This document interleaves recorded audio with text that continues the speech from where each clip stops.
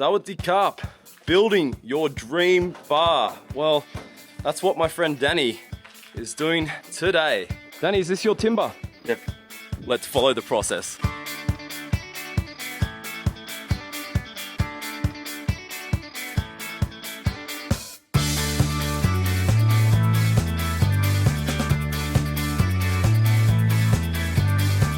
Building your own bar in Thailand.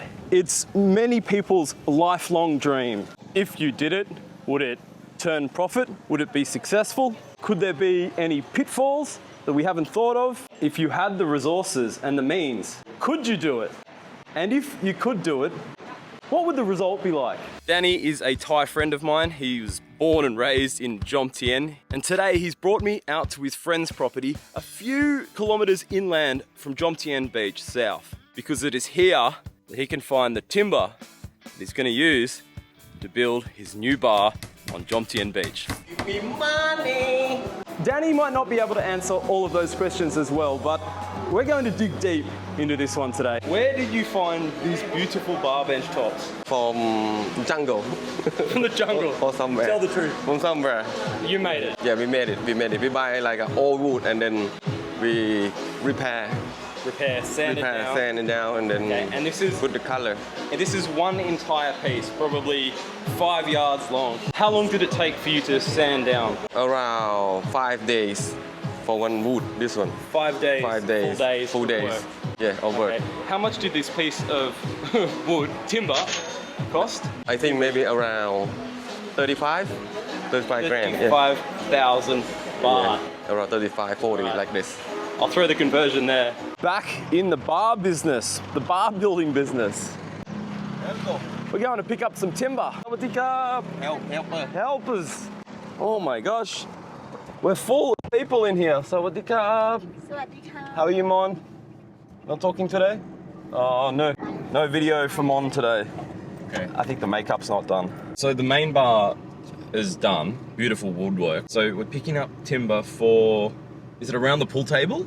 Like around the edge? Just like sort of thinner ones just to lean on, put your beer on. Danny's taking us out into the wilderness to get this timber.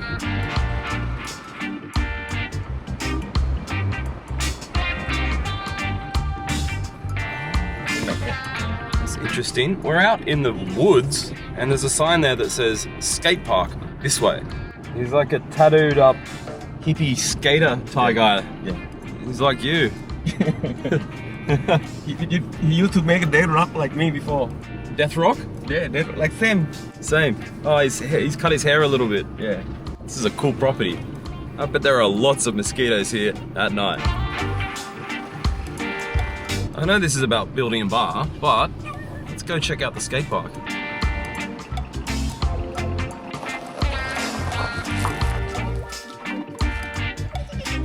Oh, puppy. Oh no, just a small dog. So just after COVID, Danny built the bamboo bar right up there. But now he tells me he wants another project. Enter DVER. Now, DVER is a cafe restaurant that has been on Jomtien Beach for 16 years. Him and his ex-wife essentially started it 16 years ago with some other relatives. And it's always had this bar area, but sort of underutilized, right?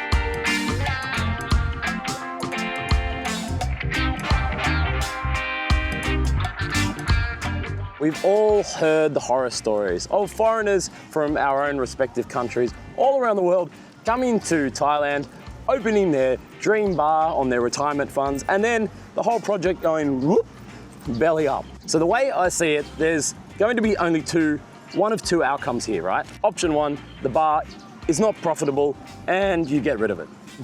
Option two, for a foreign owner, operator, is the bar is successful, but then you have to keep managing everything that goes along with a successful business. Point one, if you're successful, like in any franchise, in any industry, you as the owner, operator, are going to cop heat. You're going to cop heat left, right, and center. What are you thinking, Danny? Which one for you? Oh, yes. You're taking the whole lot? Yes, already bought it. Oh, you've already paid for it? Yes. The wood is really heavy. Stating the obvious. เอาแผ่นยาวก่อน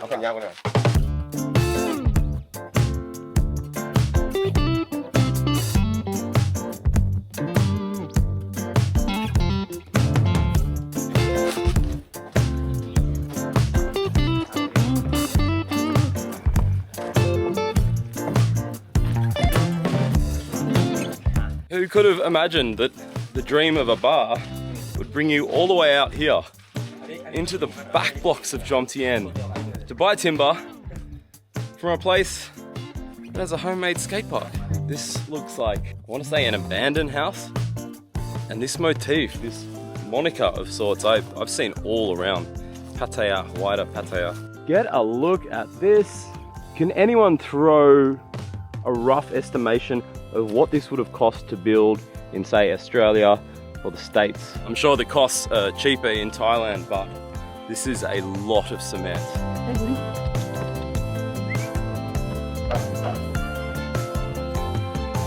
You know what block for? Resin? Yeah. Like epoxy resin. Hammering in these handles at the end of the timber makes it so much easier to pick up. You as the owner, operator, are going to cop heat.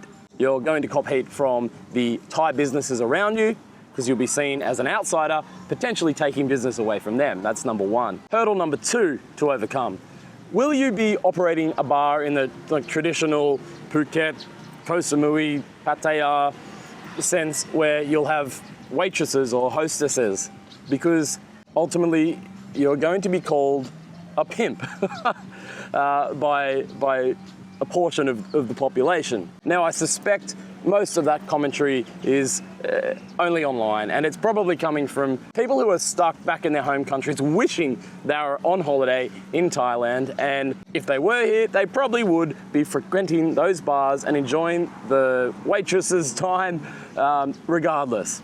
So this area was actually pretty well a disused part of an existing restaurant cafe, which Danny helped set up 16 years ago. So it will be getting the quintessential Danny bamboo treatment. And I'm really excited to see the progress and then of course the finished product. In terms of cost savings, Danny's quite ahead because he is a master wood craftsman, and all this timber paneling he's installed over the last 8 days already, and he can do all the work himself. Don't worry, be happy. I know what Danny's trying to do.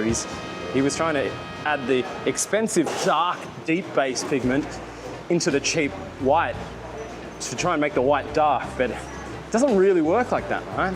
The white is such a strong pigment, you can never make white dark. The bases just don't work like that. White bases are cheap, deep, dark bases, expensive. Anyway, I'm going to go with him to the paint shop, I guess, to offer some unsolicited Falang advice. One of my side hustles back in Australia, Sydney, was painting murals. And I'm a real color guy. I'm a very visual person. I get obsessed about colors, and I haven't mixed paint. Here, smell that. I haven't done like a paint mix-up session in like 2 years, man. Look at this deep, deep, deep ochre red color.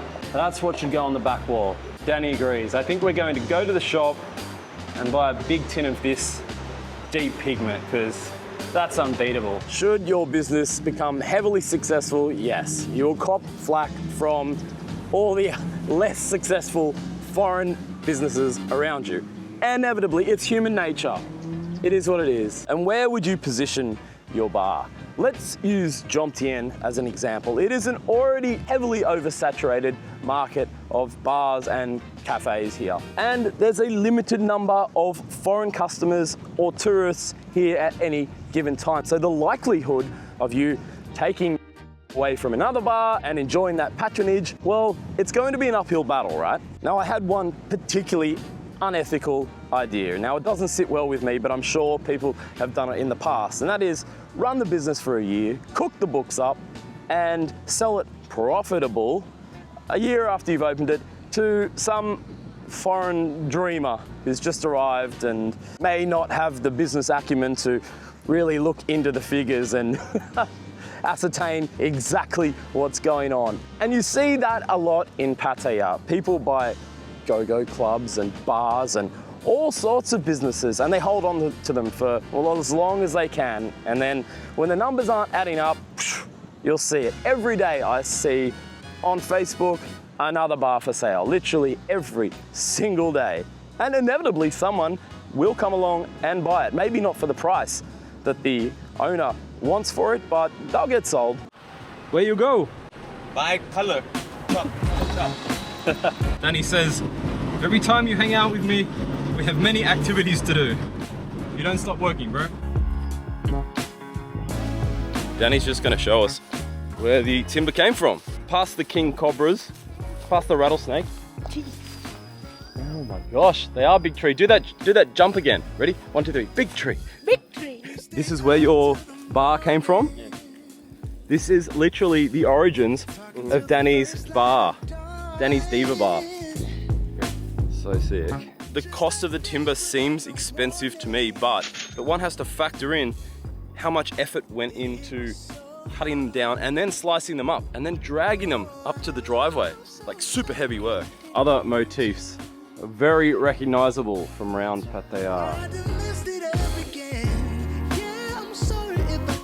I think we're all full, Maybe yeah? 1,000, maybe 1,000 kilo, maybe 1 ton. Yeah. Maybe, almost. I wouldn't be putting, like, it looks innocuous. It doesn't look that heavy, but the weight in there, like sand. Okay, not as bad as sand. Sand and water. Oh, the hell? Help. We've got some starberries off the tree over there, and apparently I can eat one. Eat one, try one. Sour. Oh, sour. Very bitter. It tastes like apple covered in vinegar. This would be Keezy's dream for sure. Can skate? No, I can't skate. I can paint, swim, but not surf. Dexterous skills, but no balance.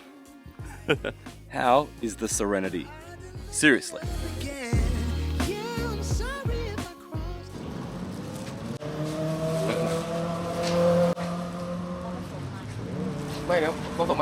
Alright, successful mission so far. It was one of those side of the road mama papa paint stores, and it was, I want to say, less than half what you would pay at Home Pro or Thai What To Do or one of those big hardware stores. Okay, successful mission. Back at Jomtien Beach with some paint.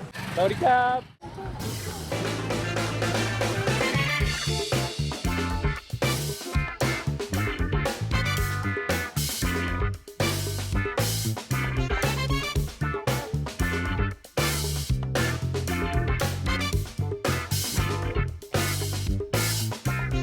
Safety first.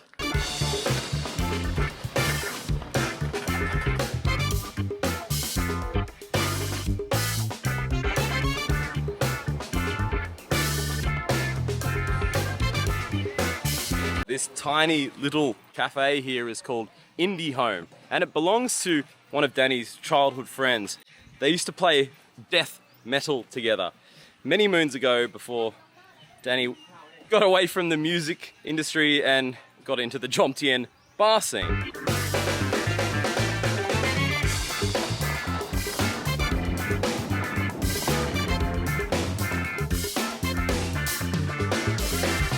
Alright, so we made it back to Danny's house where the woodworking, the finishing touches on the timber will take place. Now, another quandary is how much money do you invest into the bar as a startup? Do you choose an all but vacant venue and build it from the ground up, starting from scratch? Or do you take over an existing business and try and improve upon that? But the way I see it, right, is if someone's selling, then 99% chance that business is not doing well. Why on earth would you possibly sell? If you've got it staffed and you've got customers, theoretically, you could leave. You could go back to your home country, you could go anywhere in the world, and that business should keep firing on all cylinders and, you know, keep turning profit. There's really no reason to sell. Yet, here we are in Thailand with thousands and thousands of businesses for sale every day. Forgot to mention, if you do end up opening your dream bar and you choose to go down the waitress, hostess route, rest assured you will be paying a minimum 10,000 baht tea money to the local authorities to keep them off your back.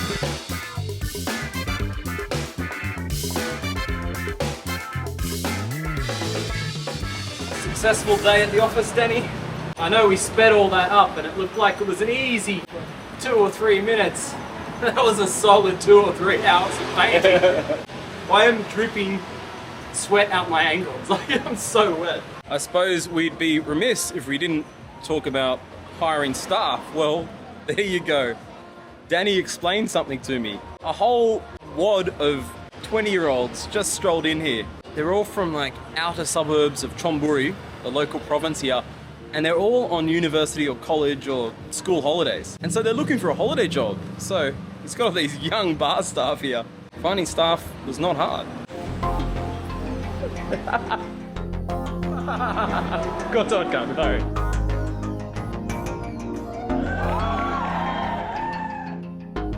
Of course, all these bar constructions, they're taking place over a few days over the period of Songkran. So while Danny does some woodworking in there, I'm gonna do some waterworking out here. I'm getting good with this. That's just cruel. Where you'll take me? Where?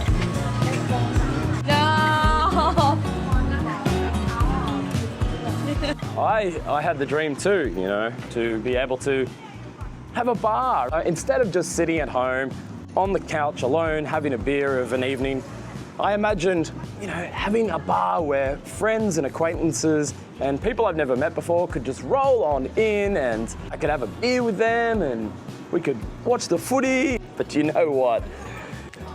After almost 2 years living here in Thailand and observing so many of these foreign-run bars and businesses, the ones that really do really well are where the owner is on site 7 days a week, and not just on site, on the floor 7 days a week, and motivated, and not getting blasted, drunk, and giving out free drinks and acting unprofessionally, which then gives leave for all the staff to act unprofessionally. So really, I think having an ultra calm, relaxed bar environment could potentially be its downfall.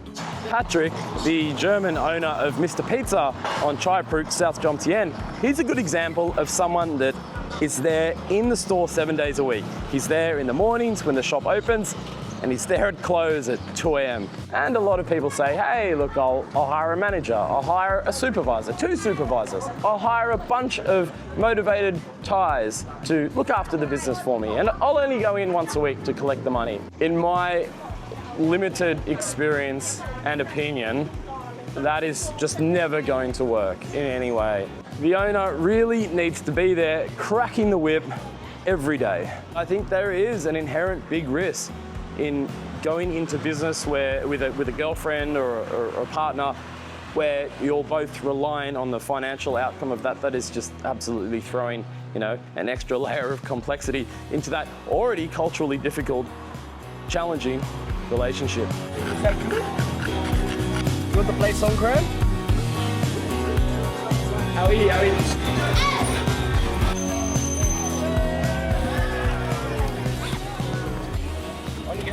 This is Danny's dog.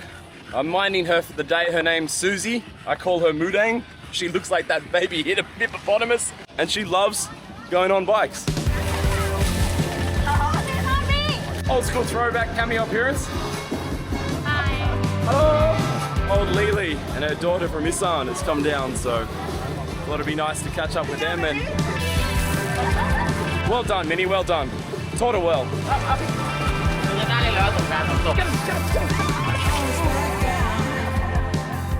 Well done. The bar, it's looking pretty good. What do you reckon? Nice paintwork there.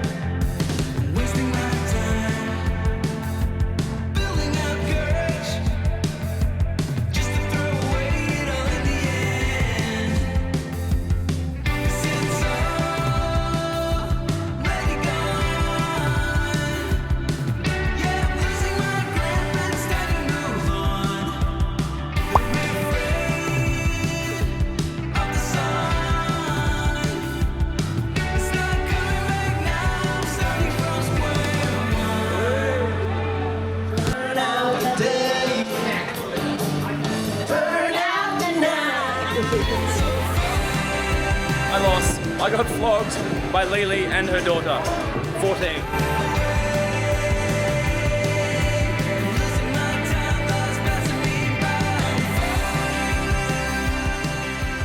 Well, there we have it, folks. I don't know if we learned anything new.